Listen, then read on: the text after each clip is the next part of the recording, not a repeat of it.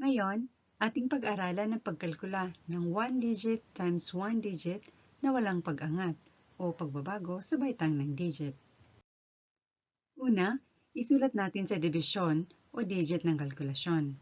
Ang 3 at 2 ay 1-digit number, kaya ating isulat ng ganito. Kasunod nito, gumamit ng ruler sa pagguhit ng linya ng ganito. Simulan ang kalkulasyon sa 1-digit na posisyon. Ang 3 times 2 ay 6.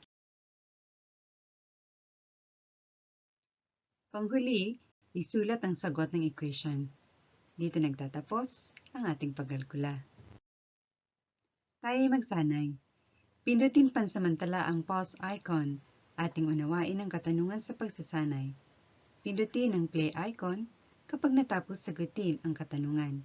Ating lagyan ng marking na bilog. Ngayon, magtugma tayo ng sagot.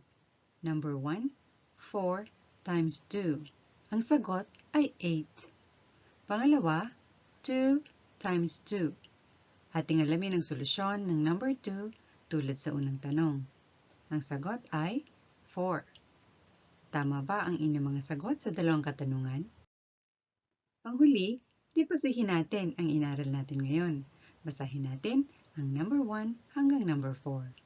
Number 1, sa pagkalkula, i-align ang dibisyon o digit ng numero. Number 2, gumamit ng ruler sa pagguhit ng linya.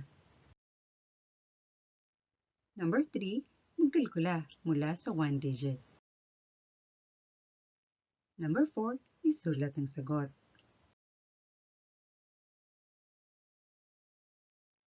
Ito ang katapusan ng ating pag-aaral sa araw na ito.